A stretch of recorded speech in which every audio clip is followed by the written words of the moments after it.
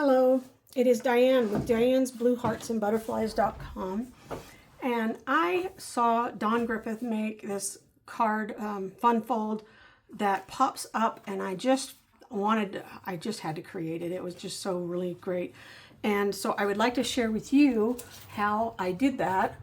But I was also teaching in my class the some other techniques, coloring techniques and stuff.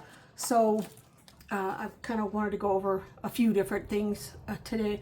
I am working on cleaning up and changing out my stamp sets and getting rid of some of my retired stuff, but I'm trying to use up papers that I have had. There are all kinds of really great papers that are in the catalog right now for Stampin' Up! But the two that stamp sets that I used for this card was the Hydrangea Haven and some words and stuff from Color and Contour, which are both retired.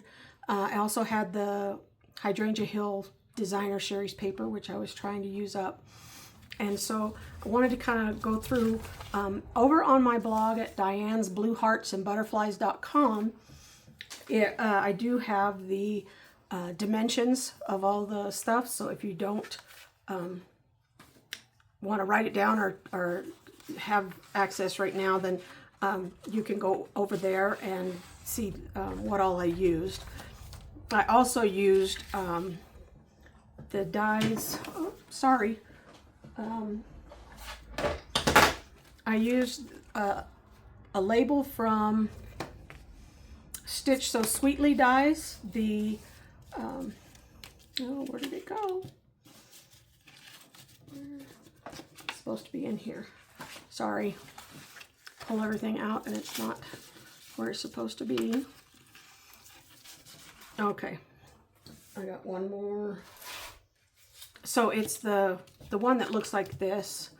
And then I also die cut the label from the dies that go with this set.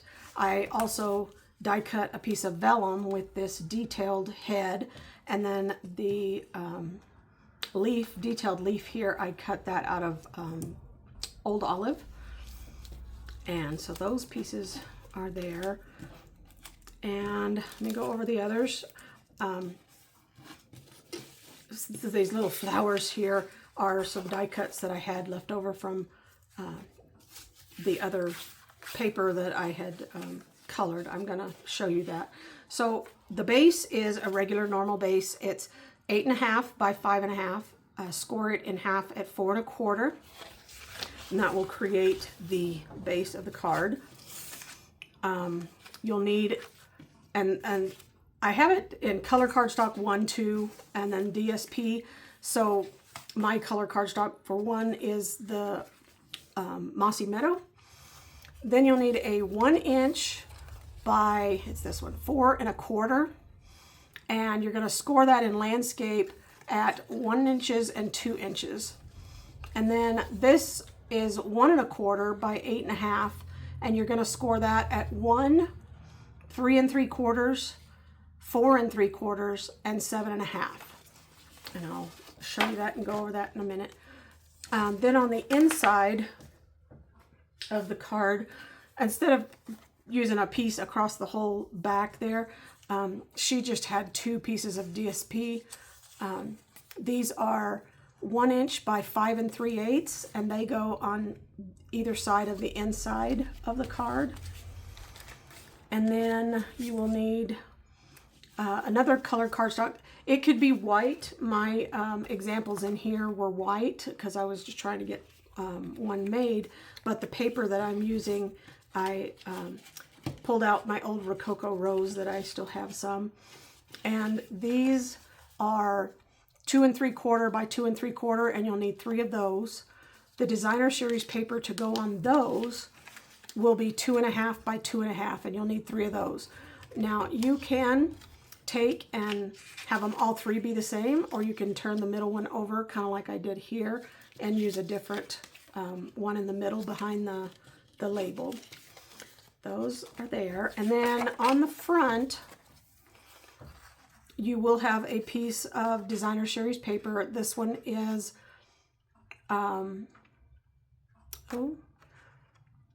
it's 5 1/4 by 4 to go in here. I just forgot to write that down. I'm going to have to put that on my blog, make sure I get it over there. Just caught myself. And then you'll need some watercolor paper to do the coloring technique. You will also need your stamps and some kind of twine or whatever for the creating a bow on the front. I also used some rhinestones in the centers of the flowers on the front of the card to just give it a little bit of extra bling. All right, so I wanted to share with you the technique, the coloring technique, and then we'll start kind of putting the card together because there is a little bit to creating the mechanism that actually opens. At the dollar store, or our dollar store here, they sell these little acrylic plates. And so I went and got some of these for my studio where I teach classes so that we could use them. And you're going to need re-inkers or ink refills. And I chose several colors. You don't have to use all of them. But Highland Heather, Gorgeous Grape, Rococo Rose, Misty Moonlight, Balmy Blue, and Fresh Freesia. Now, if you use the darker colors, it does tend to get very dark on the paper. So I'm going to probably leave those up this time. But I will do the, and you're just going to put some drops ever so often. And the other thing that you're going to want to have available is the Stampin' Mist sprayer. I think that's what it's called.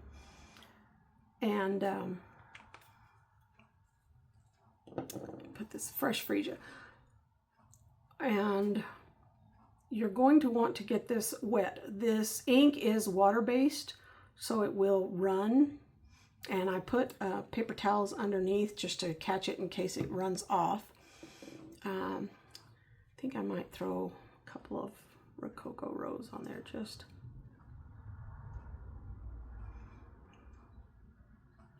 There. So I just have water in the Stampin' Mist sprayer, and you just spray, get a nice spray going on here to help make the colors run. And then it's kind of, I guess, called a smooshing technique. And you basically lay your watercolor paper down. And then when you pull it up, it'll have the different colors on there in a watercolor pattern. Now, you'll want to have some paper towels kind of off to the side to put that on. I'm going to put a little bit more mist right here. Some of it didn't mix very good. There we go.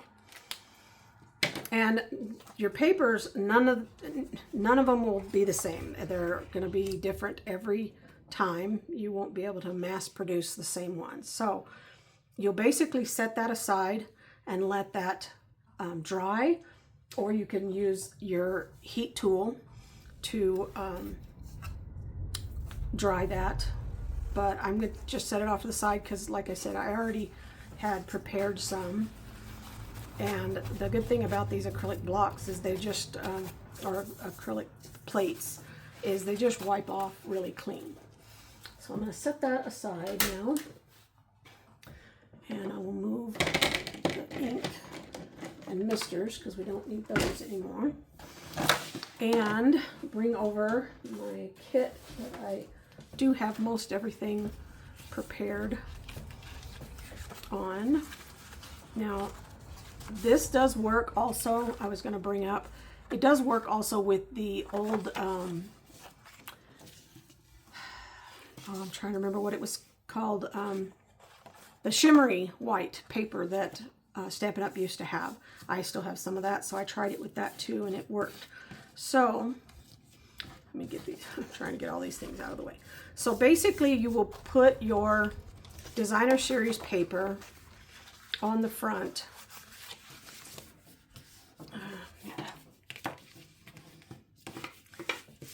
And then the other decorative stuff that you're going to add, you can add now or later, but I just wanted to get this on. This hasn't started yet. There it is. It was a new one. So let me get this, and we will put this on the front of the card. Now,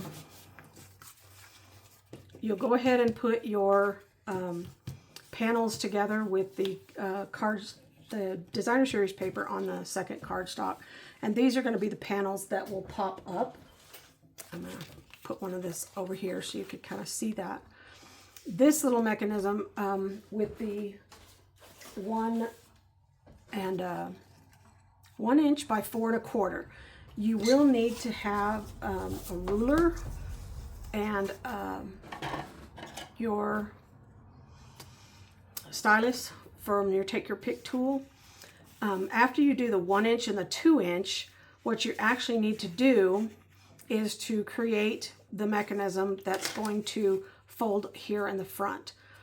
So the 1 inch is actually not going to be folded, but you're going to draw or score a line from the top left corner down to that bottom of the 1 inch score line, and you'll do your score line there. And then from the bottom of that up to the top of the second score line, you'll score there as well, because this piece needs to be able to fold. So this one will fold back, and what you're trying to do is create a V that points down. So when you have those folded and create that V, this is what is going to be stuck onto the card. And this just needs to be able to fold, so that's why, because it's going to go in and up and down. So you just need to make sure that you burnish that so that it can move. Then you will take your longer piece, and like I said, you are scoring this at 1 inch, 3 3/4, 4 3/4, and 7 1/2. And then you're going to want to put tear and tape on both of the outside ends. And all of these folds are going to be in, so it's mountains all the way around, and you're going to create this kind of rectangle box. So on one of these, you're going to go ahead and take off the backings of the tear and tape, and you're going to glue it inside of itself. Over there. So I just took and folded it at the, 3 3/4, and then folded this over. You may have to go ahead and go back over your score lines when you fold it out, because they may just be off just a little bit. But if you'll go ahead and just move it around and fold it on each of those, then you can get a good burnish on those. So this is the mechanism that is behind here that you will actually put these panels on, and it's going to be lifted and raised by this other piece here. So what you're going to want to do is just lay the bottom panel down kind of about even. I did mine even with this bottom edge. Don't glue it down yet, but you will take your little triangle piece here, and you're going to want to line up the 1 inch score line that's not folded. You want to line that up with the score line in the middle of the card, so that this arrow points down, and you want to line it up there, and just slightly above the top of this bottom panel. Now you don't want to glue this one down until you get this basically where it needs to be. Add some tear and tape or glue to the back of this corner that is, or the triangle that is folded under, and then stick that part down. Then you can kind of fold it out of the way. Oh, I forgot to mention also, there's a little 1 3/8 by 1 3/8 square you can do out of DSP or cardstock, or you don't even have to put it on. But you will cut that one diagonally, so you can make 2 cards out of that one, because you're only going to glue 1/2 on this triangle that's here. So once you get that on there, you'll move that out of the way, or not yet, hold on. This second score line, this bottom panel, you have it lined up at the bottom, and you need to shift it over so that it is just past this second score line. So it's not actually going to be even in the middle of this card, but it needs to be here so that everything lines up that's moving up and down. And excuse me, everything else has to be lined up with so that it's outside of that score line. And you don't want any of your panels to touch, because it kind of messes up with the mechanism. So this one I have slightly above, and I will have this one go right over here and then line up right there. But for now, we're going to move it out of the way. Then you're going to take this rectangle piece, you'll take the backings off of your tear and tape, and this one will go above this so that it's not touching, just slightly above, and it can be kind of centered in the middle if you want. And you'll lay that down and glue that in place. Now, to make sure that it's in the right place, you will want to fold it back to make sure it doesn't go past the bottom of the card, which it doesn't. So now you're going to bring this piece back over this one, and you're going to want to add some glue. And I think I would recommend tear and tape, because this moves a lot up and down and when people opening it. So you want it to be something that is going to be staying and not falling apart or falling off. So I'm going to put some tear and tape here. If you're ever having problems getting it off, you can always burnish it with your bone folder, and it helps it to the adhesive to stick better, so that you can grab that backing to pull it off. So then you will lay this part over here so that it goes right across that part. Now when you close the card, it makes the part go down, which you're going to want to go ahead and kind of do that, because sometimes it needs just a little bit of finessing. So you may need to take your bone folder and put it inside here or along the edge and kind of refold that just so that it gets used to the fold. And so that's there. Next, you'll put the middle section on. You are only adding glue to the middle band here, not on the back of the card. So I'm just going to run some Seal Plus up here. And again, just a reminder, you want this to be slightly above the other panel here. You don't want them to be touching, and you'll want to line them up so that they are in line, which is why we moved this one over to match just on the other side of that score line, the second score line, the 2-inch score line. And then you will glue that part down. Then you'll fold that this way. This part is what's going to attach here. And you can leave it this way, because you do not want, again, for your pieces to be touching. So you will need to be able to see where this, and if your pictures are in a certain direction, make sure that you line those up correctly. But you want to put it so that there's still a little bit of a space, just slight hair of a space between them, and then push that down on that one piece. And then when you fold it in, it'll fold up and then it comes back out. And that is the mechanism that she created and shared, and I really appreciate it. So I did go ahead and take that watercolor paper, and I already die cut the stamped. I stamped with the Hydrangea Haven stamp in Gorgeous Grape, and then I die cut them. I had a smaller piece, and so I went ahead and allowed it to cut off. You don't have to do that. You can have the things. But on my card, I created kind of a three-dimensional type look. And so I was going to show you how I did that. So you take the one, I'm doing the one that's going to be hidden behind. And you can use glue dots, you can use your whatever liquid glue or whatever you want. The one at the back is just going to go straight down, so you can use tape runner or whatever. And so I'm going to stick that one down kind of at an angle.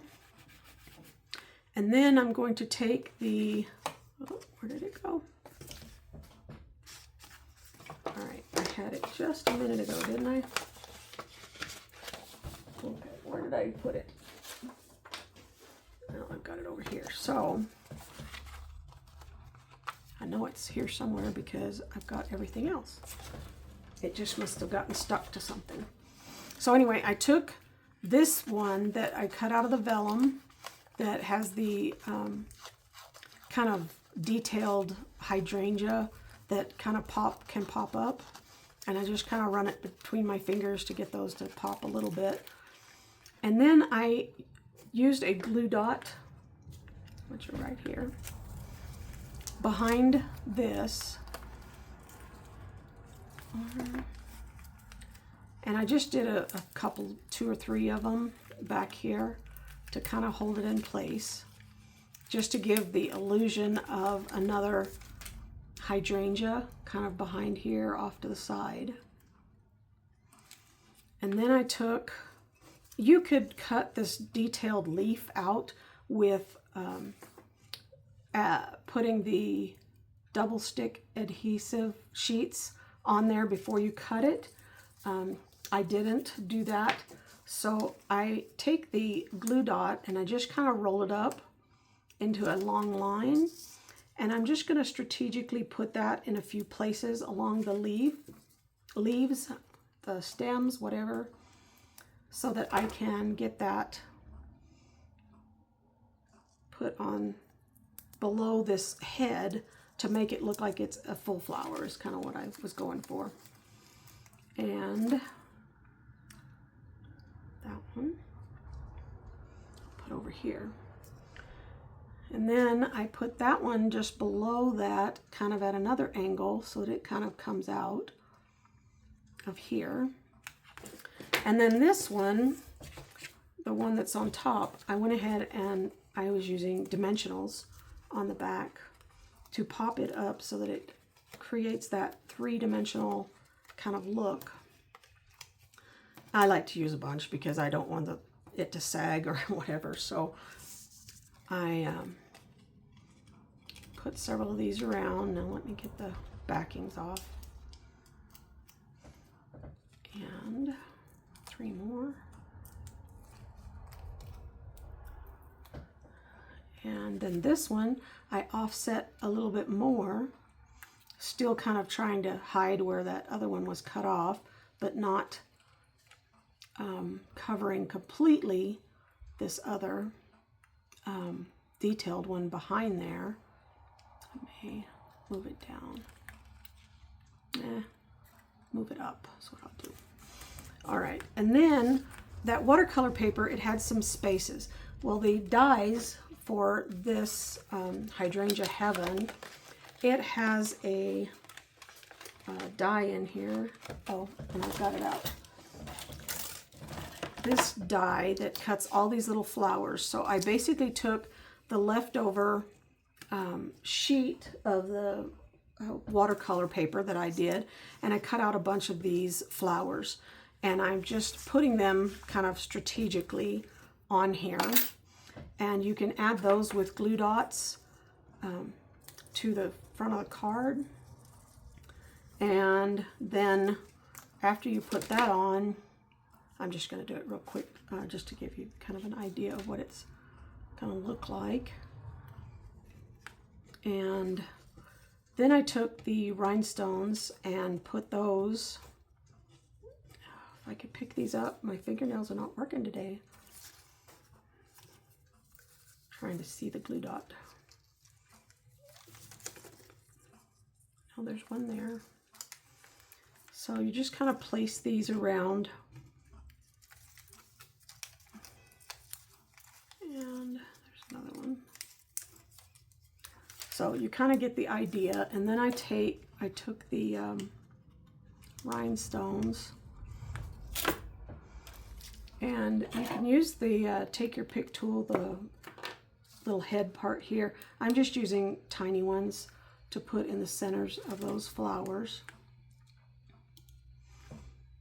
And I just did several of those. This is just to give you an idea of what I was doing. And then I went ahead and added the little label. This For You came from the Hydrangea Haven stamp set. And like I said, you can use whatever you have. And then I'm just going to kind of glue it right here. And then I created a bow out of some twine that I had, and just used a glue dot on the back of it. Gotta find one there. And kind of added it, instead of tying it through there, you can just tie a bow and then just stick it on. And then on the inside, I added this label here. It's already got enough thickness, excuse me, so you're going to want to just use your tape runner or regular glue and glue it flat on here. And this, You're Absolutely Amazing, is the stamp that I took from Color and Contour. And then it's that. So this is the finished card, and you have a really great mechanism that makes people go, wow. And I hope that you will go over and visit my blog at dianesblueheartsandbutterflies.com. I will update my directions so that I include that front piece and get that uploaded as soon as I can. I also, on the envelope, I took the stamp that is in here. It has a, oh, I forgot, on that label, I used the multiple stamp in 3 different colors for the background. So I used that. And then trying to find, I know I had the leaf somewhere, but I don't know where it is. But I took the kind of watercolor head, and I stamped off with the Fresh Freesia and then stamped on here. And then I took the leaf that's in that stamp set and I stamped off with the Mossy Meadow and then stamped on here. And then I added the Fresh Freesia of these little bitty flowers here as well to give it a little neat coordinating stamp to go with this. And I hope that you enjoyed this card and that you will feel inspired to create with what you have. This would be great for any occasion, any stamp set that you have. And so I appreciate the time you spent with me, and hope that you will return and like my videos, share them so that my channel can grow, and you can save this information so that you can go back to my blog. I appreciate it. Thank you.